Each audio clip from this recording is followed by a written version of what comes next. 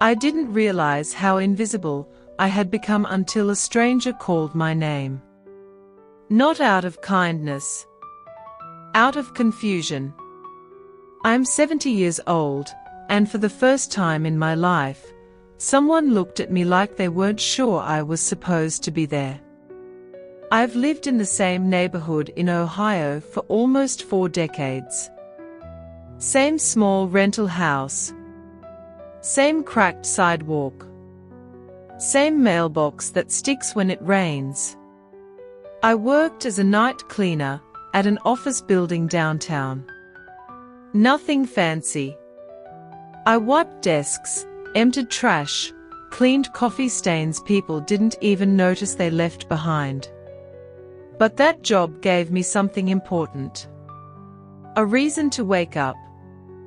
A place where my presence mattered, even if no one said thank you.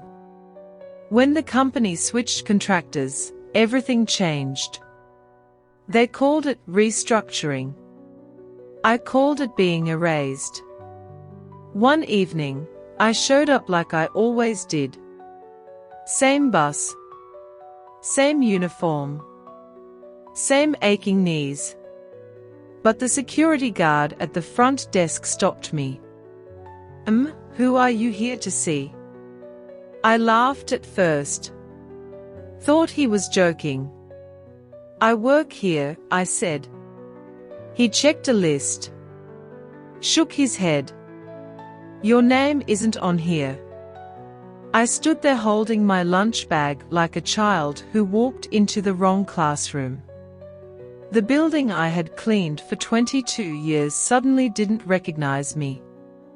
They told me later, over a short phone call, that my services were no longer needed. No goodbye. No thanks. Just a final paycheck mailed weeks later. After that, the days became very long. Without work, time stretched in uncomfortable ways. Mornings had no shape. Nights had no end. I started sitting on the bus just to feel movement.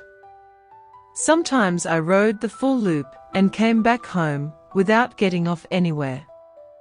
I didn't have close family. No kids. My husband left years ago, not in a dramatic way, just packed a bag one morning and said he needed something different. He never came back, and after a while, people stopped asking about him. Neighbors used to wave. Then they got new routines, new faces, new lives. I was still there, but quieter each year. One winter, I slipped on the front steps and twisted my ankle. Nothing broke, but I couldn't walk well for weeks. No one noticed.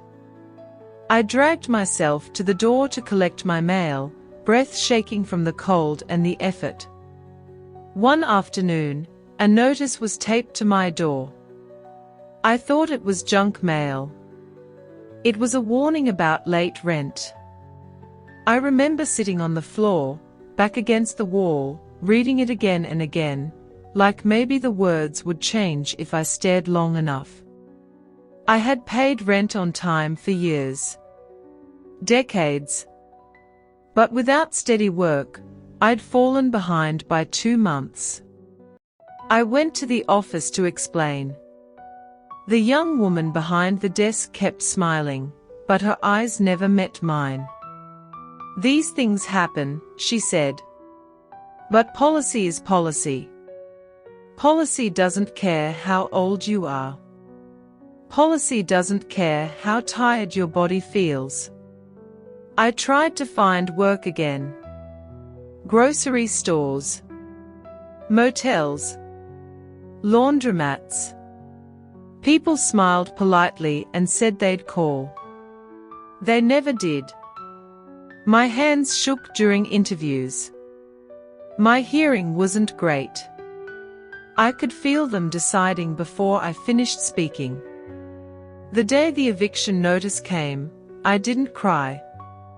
I just sat on the edge of my bed and stared at the wall where the paint peels near the corner. I had planned to repaint it one day. I always thought I had more time. The shelter they sent me to was loud.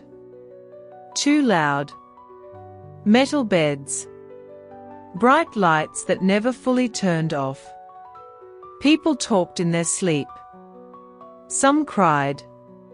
Some shouted. I kept my shoes on at night because I was afraid they'd disappear.